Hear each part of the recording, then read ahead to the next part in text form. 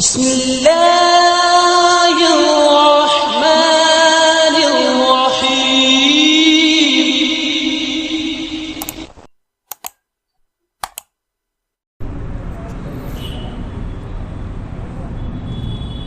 الحمد لله نحمده ونستعينه ونستغفره ونؤمن به ونتوكل عليه ونعوذ بالله من شرور أنفسنا ومن سيئات أعمالنا من يهده الله فلا مضل له ومن يضلله فلا هادي له ونشهد أن لا إله إلا الله وحده لا شريك له ونشهد أن سيدنا وسندنا وشفيعنا وحبيبنا وأولانا ومولانا محمدا عبده ورسوله أرسله الله تعالى بالحق كافة للناس بشيرا ونذيرا وداعيا إلى الله بإذنه وسراجا منيرا. أما بعد فأعوذ بالله من الشيطان الرجيم الذي يراك حين تقوم وتقلبك في الساجدين. وعن ابن عباس رضي الله تعالى عنهما قال كنت خلف النبي صلى الله عليه وسلم يوما فقال يا غلام إني أعلمك كلمات احفظ الله يحفظك احفظ الله تجده تجاهك إذا سألت فاسأل الله وإذا استعنت فاستعن بالله واعلم أن الأمة لو استمعت على أن ينفعوك بشيء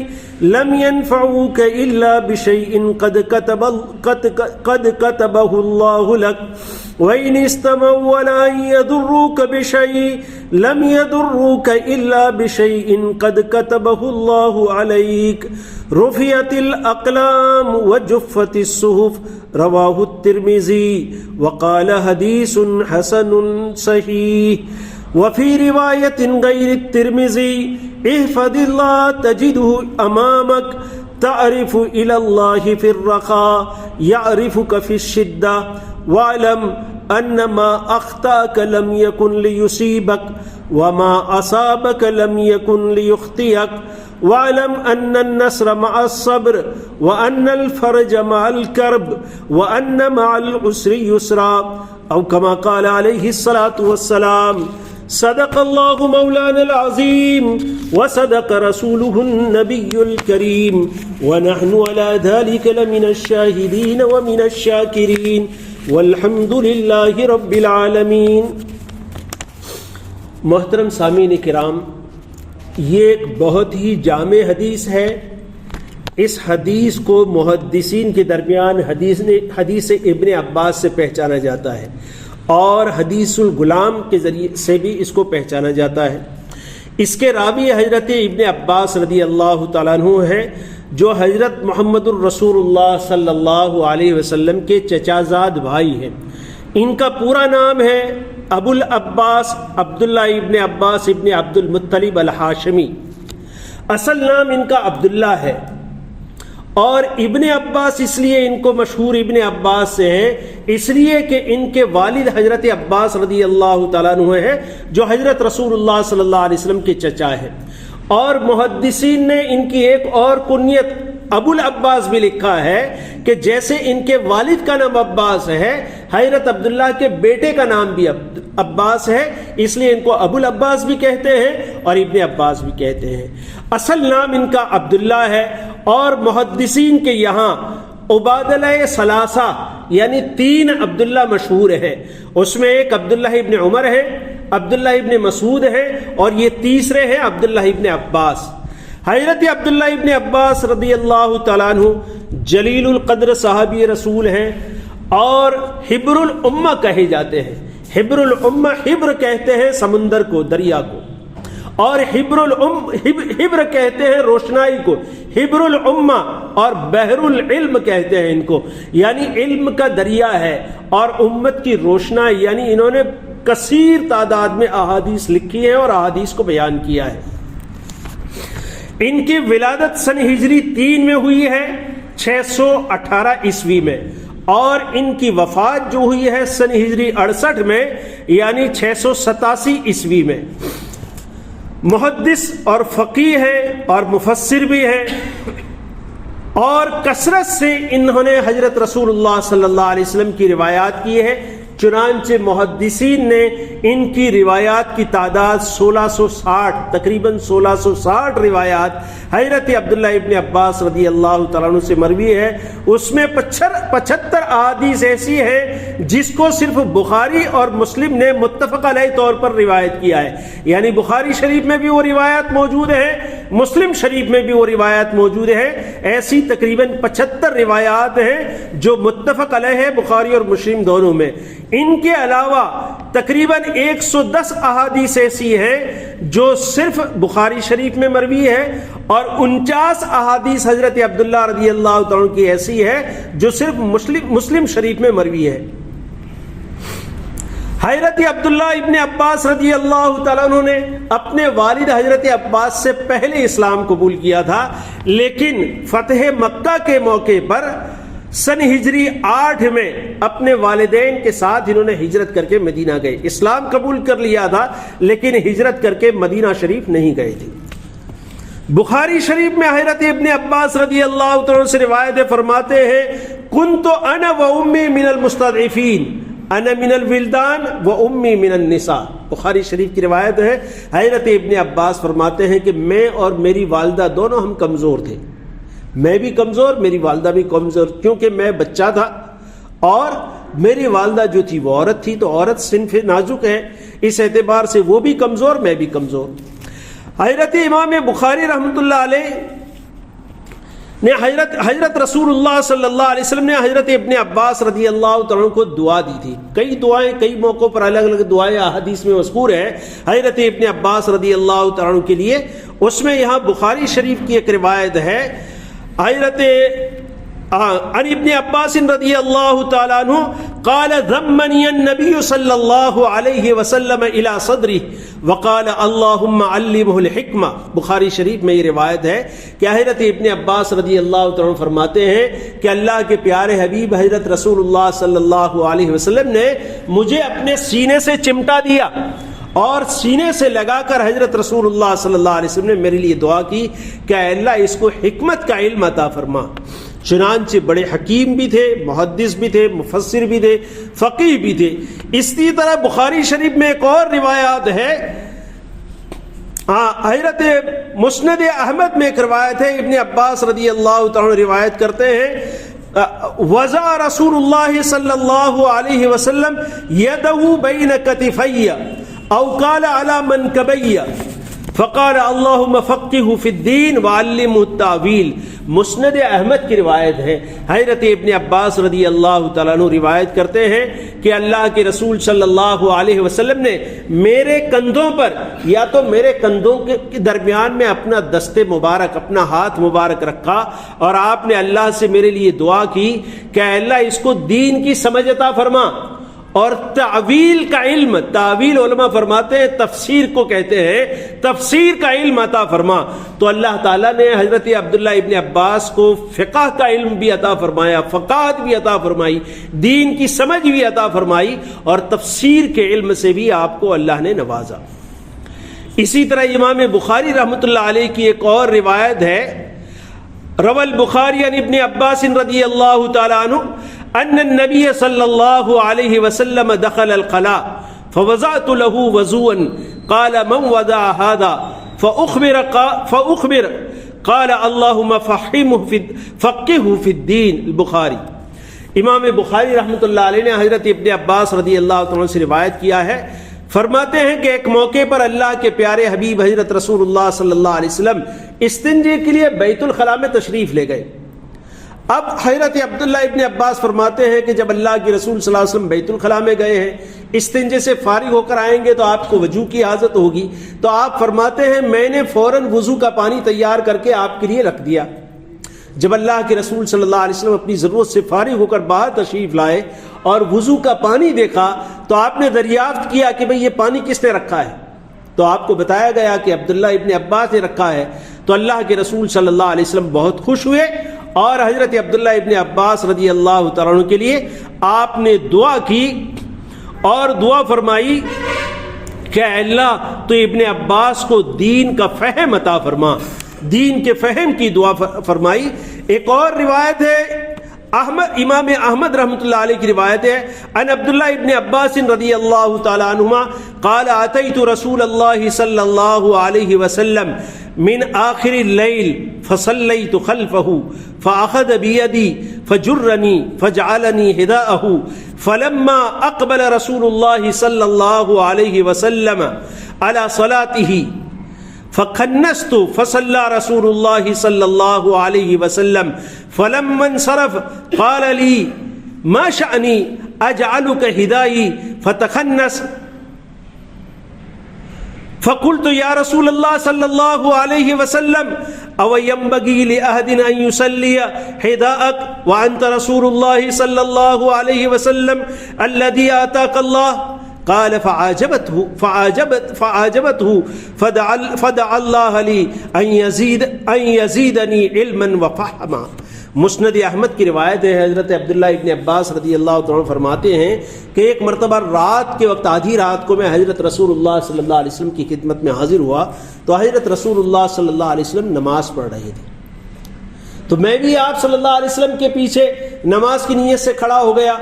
تو حضرت رسول اللہ صلی اللہ علیہ وسلم میں پیچھے کھڑا تھا تو اپنا میرا ہاتھ پکڑ کر مجھے اپنے برابر کھڑا کر دیا۔ جب اللہ کے رسول صلی اللہ علیہ وسلم نماز میں مشغول ہو گئے تو میں تھوڑا سا پیچھے ہٹ گیا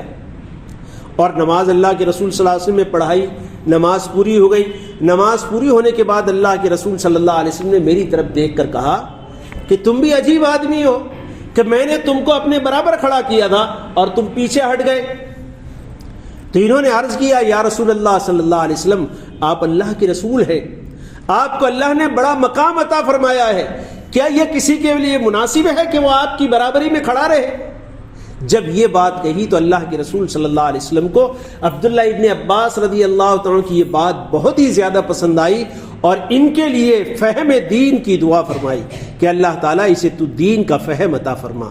یہ دعا اللہ تعالیٰ تو اس کے علم کو اور فہم کو مزید بڑھا دے، اس میں ترقی عطا فرمائے، اس کی دعا فرمائی۔ اور آج ہم دیکھتے ہیں کہ جب دو آدمی نماز پڑھتے ہوں، ایک امام ہو اور دوسرا مقتدی، تو مقتدی کو کہاں کھڑا رہنا چاہیے؟ امام سے تھوڑا پیچھے ہٹ کر کھڑا رہنا چاہیے، ایسے ہی کھڑے رہتے ہیں نا ہم۔ تو یہ جو طریقہ ہے یہ حضرت ابن عباس رضی اللہ تعالیٰ سے ماخوذ ہے کہ حضرت ابن عباس رضی اللہ تعالیٰ کو تو اللہ کے رسول صلی اللہ علیہ وسلم نے اپنے بالکل برابر کھڑا کر دیا تھا، لیکن آپ برابر کھڑے نہیں رہے، تھوڑے سے پیچھے ہٹ گئے اور آپ نے اللہ کے رسول صلی اللہ علیہ وسلم سے یہ ارشاد فرمایا اے اللہ کے رسول صلی اللہ علیہ وسلم آپ اللہ کے رسول ہیں، آپ کو اللہ نے بڑا مقام عطا فرمایا ہے، کیا کسی کے لیے اچھا ہے کہ وہ آپ کے برابر کھڑا رہے؟ یہ مناسب نہیں ہے۔ تو وہیں سے یہ طریقہ رائج ہے کہ اگر صرف دو مصلی ہیں، ایک امام ہے دوسرا مقتدی، تو مقتدی کے لیے مناسب نہیں ہے کہ امام کے بالکل برابر کھڑا رہے یا ایک دم سے پیچھے کھڑا رہے، وہ بھی مناسب نہیں ہے۔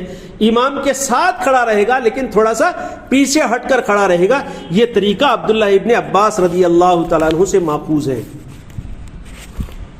تو یہ دوستو حضرت عبداللہ ابن عباس رضی اللہ تعالیٰ عنہ ہیں، اللہ تعالیٰ نے ان کو بڑا مقام عطا فرمایا تھا۔ ان کی یہ دو حدیثیں یہاں پر آئی، ایک تو اللہ کے رسول صلی اللہ علیہ وسلم استنجے کے لیے گئے تھے، آپ نے وضو کا پانی رکھ دیا تھا۔ دوسری ایک روایت یہ ابھی ہم نے عرض کی کہ آپ نماز میں آدھی رات کو اللہ کے رسول صلی اللہ علیہ وسلم کے پاس آ کر کھڑے ہو گئے۔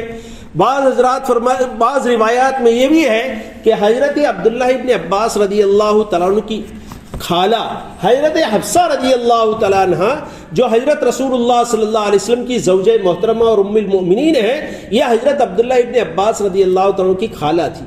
اور جیسے عام طور سے ہم دیکھتے ہیں کہ چھوٹے بچوں کو اپنی خالہ سے اور خالہوں کو اگر جبکہ ان کی اولاد نہ ہو تو اپنی بہنوں کے بچوں سے بڑی محبت ہوتی ہے۔ تو عبداللہ ابن عباس رضی اللہ تعالیٰ عنہ چونکہ ایک دم بچے تھے، بہت کم عمر تھے، 6-7 سال کی ان کی عمر ہوگی، اس لیے اکثر وہ حضرت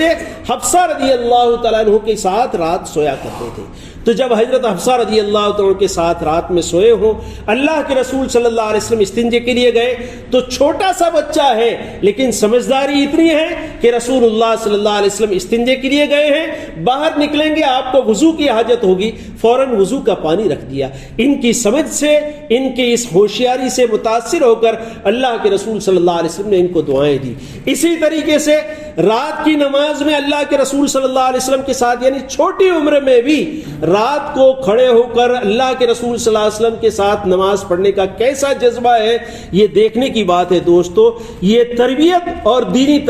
دینی فضا پر جاتا ہے۔ اور اس کے بعد بڑی سمجھداری کی بات کہ رسول اللہ صلی اللہ علیہ وسلم نے جب آپ کو اپنے پاس کھڑا کیا تھا تو آپ وہاں سے ہٹ کر پیچھے چلے گئے، یہ بھی بہت سمجھداری کی بات ہے۔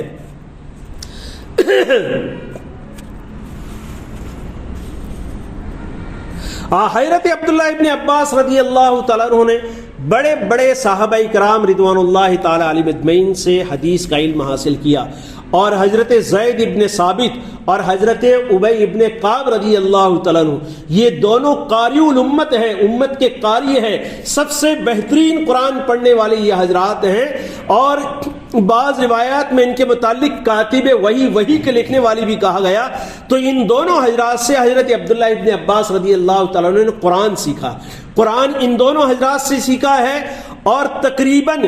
30 سے زیادہ صحابہ کرام رضوان اللہ تعالی علیہم اجمعین ایسے ہیں کبار صحابہ جن سے حضرت عبداللہ ابن عباس رضی اللہ تعالیٰ عنہ نے حدیث کا اور شریعت کا علم حاصل کیا ہے۔ حضرت عبداللہ ابن عباس رضی اللہ تعالیٰ عنہ ایک مسئلہ ایسا ہوتا جو کسی ایک صحابی سے پوچھتے، اس سے اطمینان کے بعد پھر دوسرے سے پوچھتے، پھر تیسرے سے پوچھتے، کئی صحابہ اکرام سے بار بار مسائل پوچھتے تھے۔ اس کے علاوہ حضرت عبداللہ ابن عباس رضی اللہ تعالیٰ کی عادت شریفہ یہ تھی، جب انہیں کسی بات کا علم ہوتا کہ بھئی فلانے صحابی کے پاس حضرت رسول اللہ صلی اللہ علیہ وسلم کی فلانی حدیث ہے، تو وہ نماز کے بعد اس صحابی کے پیچھے جاتے، ان کے گھر تک پہنچتے۔ وہ صحابی رضی اللہ تعالیٰ عنہ گھر کے اندر چلے جاتے تو وہ نوک نہیں کرتے، آواز نہیں دیتے، بلکہ ان کے دروازے پر بیٹھے رہتے اور یوں فرماتے ہیں کہ میرے پاس چادر تھی، میں چادر اپنے چہرے پر ڈال دیتا تاکہ جو ہوائیں اور دھول اور ڈسٹ جو اڑتا تھا جس سے میرا چہرہ خراب نہ ہو، اس وجہ سے میں چادر ڈال دیتا اور ان صحابی کے باہر آنے کا انتظار کرتا۔ جب ظہر کی نماز پڑھ کے وہ اندر داخل ہوئے ہیں تو میں دھوپ میں اور ریت میں باہر بیٹھا رہتا انتظار میں۔ حدیث کا شوق اور علم کا شوق دوستو اس سے پتا چلتا ہے کہ میں بیٹھا رہتا اور اس انتظار میں کہ وہ باہر نکلے، یہاں تک کہ وہ عصر کی نماز کے لیے باہر آتے۔ جب مجھے دیکھتے تو وہ لوگ فرمانے لگتے کہ عبداللہ ابن عباس کیا بات ہے، تم میرے دروازے پر بیٹھے ہو، تمہیں یہ چاہیے تھا، تم اللہ کے رسول صلی اللہ علیہ وسلم کے چچا زد بھائی ہو، آپ اگر ہمیں اطلاع دیتے ہم آپ کے گھر پہ آ جاتے اور آپ کے جو بھی آپ پوچھنا چاہے آپ ہم سے پوچھ سکتے تھے۔ لیکن حضرت عبداللہ ابن عباس رضی اللہ تعالیٰ عنہ فرماتے کہ علم سیکھنے والا سامنے سے جاتا ہے، علم کو اپنے پاس نہیں بلاتا۔ یہ ادب تھا علماء کا۔ بہت سی مرتبہ بڑے صحابہ اکرام جن سے حضرت عبداللہ ابن عباس رضی اللہ تعالیٰ عنہ نے علم حاصل کیا، وہ سواری پر چلتے، حضرت عبداللہ ابن عباس رضی اللہ تعالیٰ عنہ ان کا سواری کا کوڑا پکڑ کر یا سواری کی لگام پکڑ کر ان کے آگے نیچے چلتے۔ وہ صحابہ اکرام عرض کرتے کہ بھئی تھوڑی دیر کے لیے آپ سوار ہو جائیں، ہم نیچے اتر جائیں، لیکن آپ فرماتے کہ علم کا تقاضا یہ نہیں ہے اور بڑوں کا ادب یہ نہیں ہے کہ میں سوار ہو جاؤں اور آپ نیچے اتر جائیں، بلکہ آپ ہی سوار رہیں گے، میں نیچے رہوں گا، تاکہ پتہ چلے علماء اور غیر علماء کا فرق امت کو پتہ چلے۔ یہ تھی یعنی حضرت عبداللہ ابن عباس رضی اللہ تعالیٰ عنہ کی اپنے اساتذہ اور علماء کرام کی قدر اور ان سے علم حاصل کرنے کا جذبہ اور اسی وجہ سے پھر بعد میں بحر العلم اور حبر الامہ کا لقب انہیں حاصل ہوا. اور پھر ایک زمانہ یہ آیا کہ بڑے بڑے لوگ حضرت عبداللہ ابن عباس رضی اللہ تعالیٰ عنہ کے پاس علم حاصل کرنے کے لیے آتے. اور ہمارا جو فقہ حنفی ہے تقریباً اس کا ایک بڑا حصہ حضرت عبداللہ ابن عباس رضی اللہ تعالیٰ عنہ سے مروی ہے. انشاءاللہ اس حدیث میں اور مزید چیزیں ہیں، آئندہ اسے عرض کریں گے. وآخر دعوانا ان الحمد للہ رب العالمین.